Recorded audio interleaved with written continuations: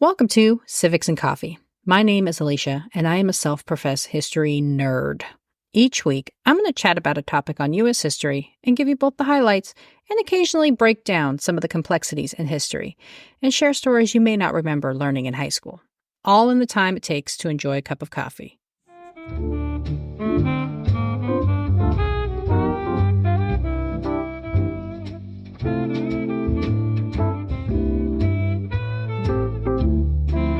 Hey everyone, welcome back. As the Union and Confederate armies battled on the front lines, President Abraham Lincoln sat at the White House, working to the point of exhaustion to bring about peace and restore the Union. A man who never wanted hostilities, Lincoln nevertheless found himself in a position as president where he was the commander-in-chief of men in the midst of a civil war. I last focused on Abraham Lincoln back in December, and promised then that there would be at least one more episode dedicated to the man who remains among the best presidents when ranked by historians. So this week, I am continuing in my coverage of Abraham Lincoln. How did he go from a former member of the House of Representatives to president in just over a decade? What role did his debates with Stephen Douglas play in elevating his national profile? And how did he evolve on the question of slavery?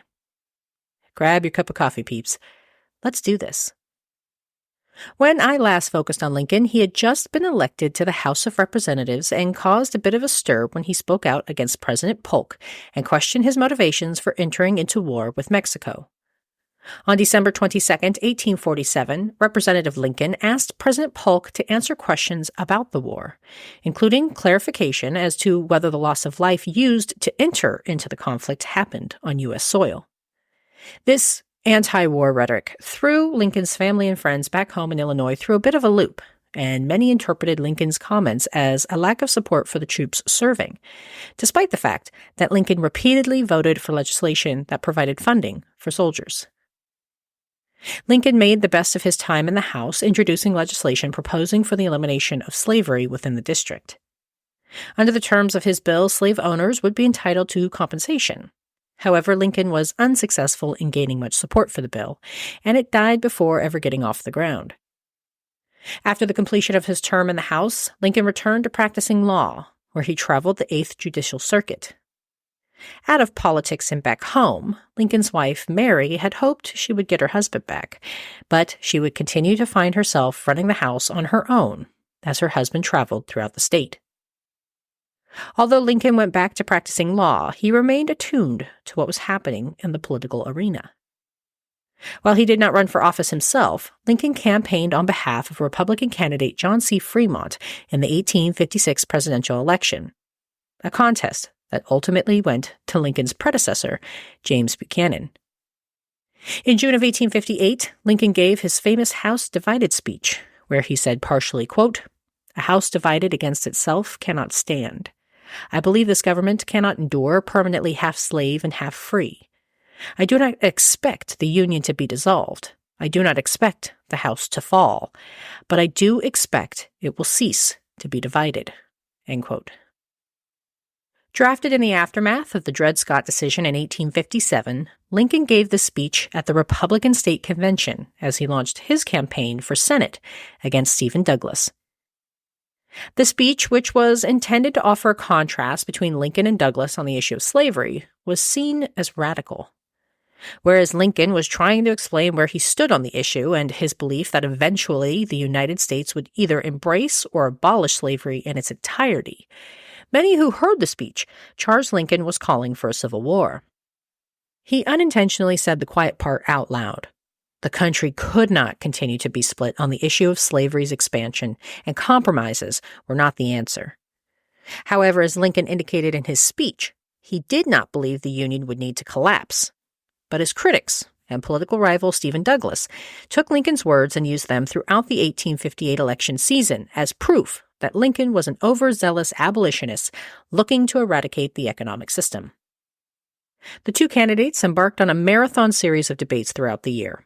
Traveling the state of Illinois, Lincoln and Douglas met 7 times and debated for over 21 hours.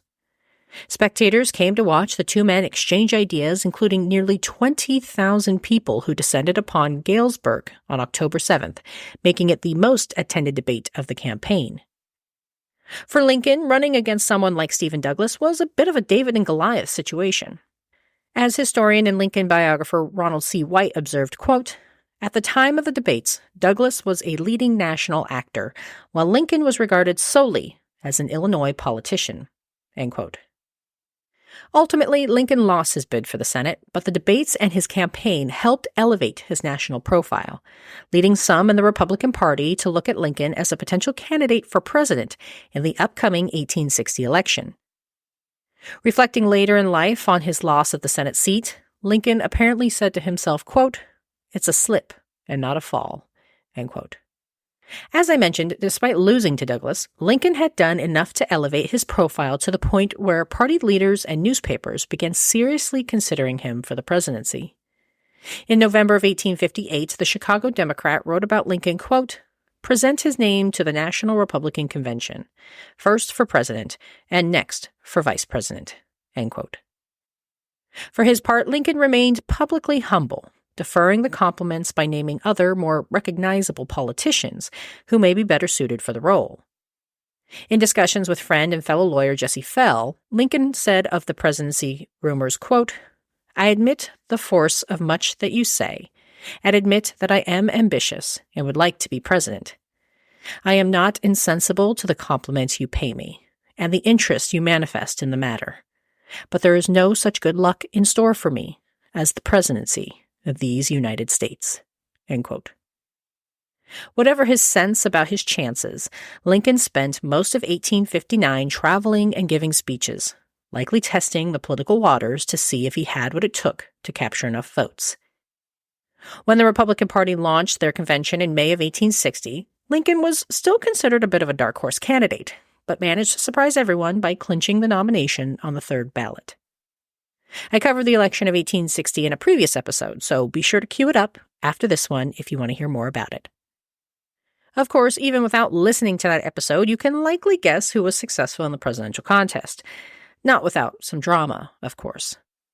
Despite winning, there was a concern that Lincoln's electoral victory would not be counted. It fell to outgoing Vice President John C. Breckinridge to certify the vote count.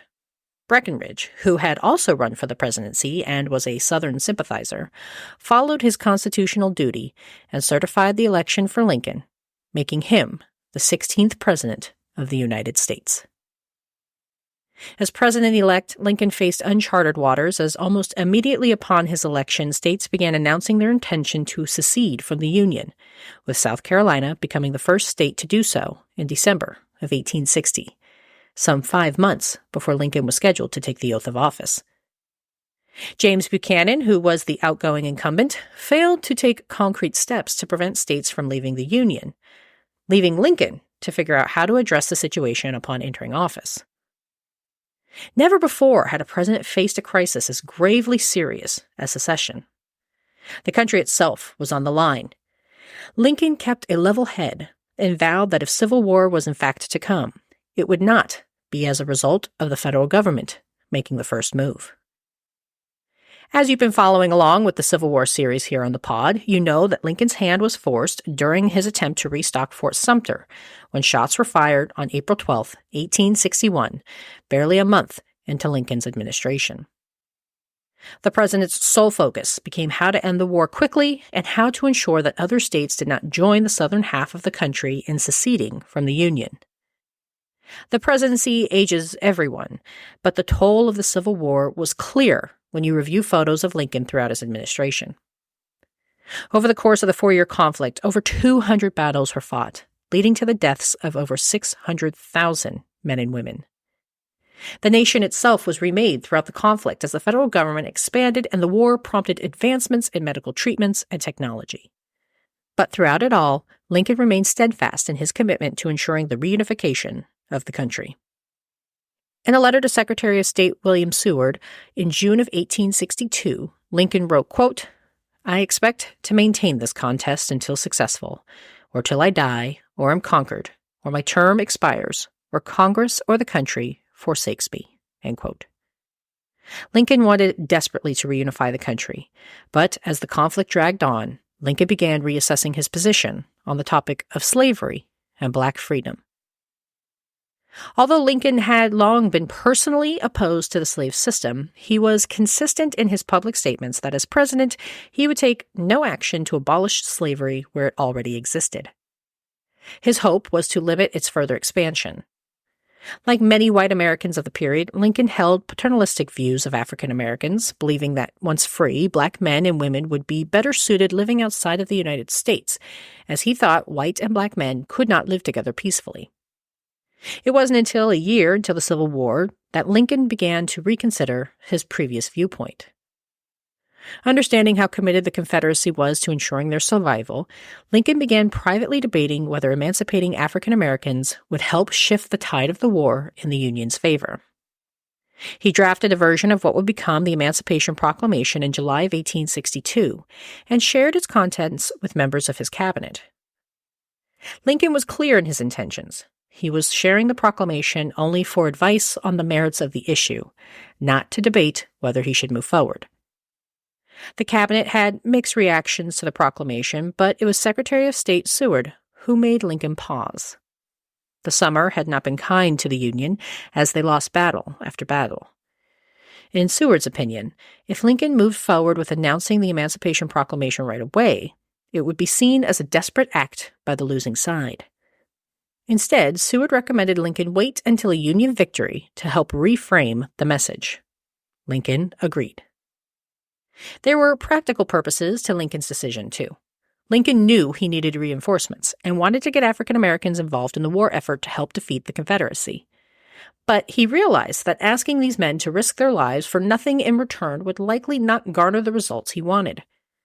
Therefore, as biographer John Meacham observed, quote, "The President was doing the right thing for practical reasons, a political being pursuing a course grounded in morality."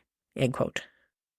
Lincoln waited for the Union victory at Antietam before announcing his intentions to issue the proclamation freeing enslaved individuals in the states currently under rebellion. Issuing the preliminary Emancipation Proclamation on September 22, 1862, Lincoln gave the Confederacy a warning. If the states in rebellion failed to cease hostilities and rejoin the Union within 100 days, he would move forward with issuing a proclamation freeing all enslaved individuals residing in their territory. Touting the document as a wartime measure, Lincoln was careful in ensuring only the states in the Confederacy were impacted by the declaration, meaning no states who remained in the Union, several of whom continued to enslave others, was included. Lincoln's announcement, though largely symbolic, led to the enlistment of over 200,000 black men in the Union Army. And while Lincoln may have pursued the proclamation for mostly political purposes, he understood the magnitude of the moment, saying of the proclamation, quote, "If my name goes into history, it will be for this act, and my whole soul is in it." End quote. Once decided, Lincoln was all in and discussed his decision in his second annual message to Congress in December, writing partially, quote, "We say we are for the Union. The world will not forget that we say this. We know how to save the Union. The world knows we do know how to save it. We, even we here, hold the power and bear the responsibility. In giving freedom to the slave, we assure freedom to the free, honorable alike in what we give and what we preserve." End quote. When 1863 arrived and the Confederacy remained steadfast in its commitment to continue fighting, Lincoln made good on his promise and issued the formal Emancipation Proclamation. Despite calls from some of the more liberal members of the party to push for a full abolition of slavery, Lincoln stuck to the original text, limiting the Declaration of Freedom to only those enslaved in rebellious states. Black men enlisted into service, and the Union started to slowly but surely gain ground against the Confederacy. The Union was making so much progress that by December of 1863, Lincoln decided to announce his plans for Reconstruction and reunification once the hostilities ended. Issued on December 8, 1863, the Proclamation of Amnesty and Reconstruction outlined what Lincoln hoped would be the terms of reunification of the Southern states. Under Lincoln's plan, most individuals who participated in hostilities would be granted a full pardon and have their property returned. And it would allow Southern states to establish new state governments once 10% of voters took an oath of allegiance to the United States. It also allowed Southern governments to make plans for how to properly address formerly enslaved people, as long as it did not compromise their freedom. It was a nuanced, balanced approach to get the country back together, something not all members of his party could get behind. In spite of the noise, Lincoln continued to move forward with seeking re-election in 1864. A centrist in an era of extremists, Lincoln faced criticism from his own party, who felt that Lincoln had fallen short by not issuing a full abolition of slavery and for not being harsh enough to Southern states in his plans for Reconstruction. Defenders of the president emphasized that although Lincoln may have moved slower than others would like, he always moved forward and did not retreat from a decision once it was made.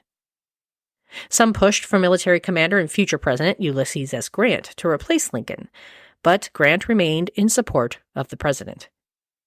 However, another military commander, George McClellan, made a different decision. Believing Lincoln made a bad call in making slavery a key issue in the war, McClellan ran on a platform that put reunification above everything else. As the country was in the midst of war, there were questions about how to get soldiers to vote. Some states adopted absentee ballots, but others did not, posing a conundrum. In response, the Army decided to give soldiers a leave of absence so that they could complete their civic duty. When all was said and done, service members overwhelmingly threw their support behind their commander-in-chief, and Lincoln was reelected. Replacing Hannibal Hamlin as vice president was former Tennessee Governor Andrew Johnson, a decision that would forever alter the trajectory of Reconstruction and black rights after Lincoln's assassination in 1865. Lincoln made it just a few weeks into his second term in office and only days after securing Confederate surrender before he would die by an assassin's bullet on April 15, 1865. He was just 56 years old. Abraham Lincoln was an intelligent, complex leader who left a lasting impression on the nation. In death, he would be touted as the great emancipator and consistently ranks as one of the best presidents by historians. He did not always make the right choices, and he did not always move as quickly on issues as others would have liked. But he moved the country bit by bit forward. Come back next week as I have one more episode dedicated to Lincoln and his legacy. I will be joined by a special guest who brings an insightful, thoughtful perspective on Lincoln's leadership and how our current leaders could learn a thing or two by following in his example. Thanks, peeps. I'll see you next week. Thanks for tuning in, and I hope you enjoyed this episode of Civics and Coffee. If you want to hear more small snippets from American history, be sure to subscribe wherever you get your podcasts.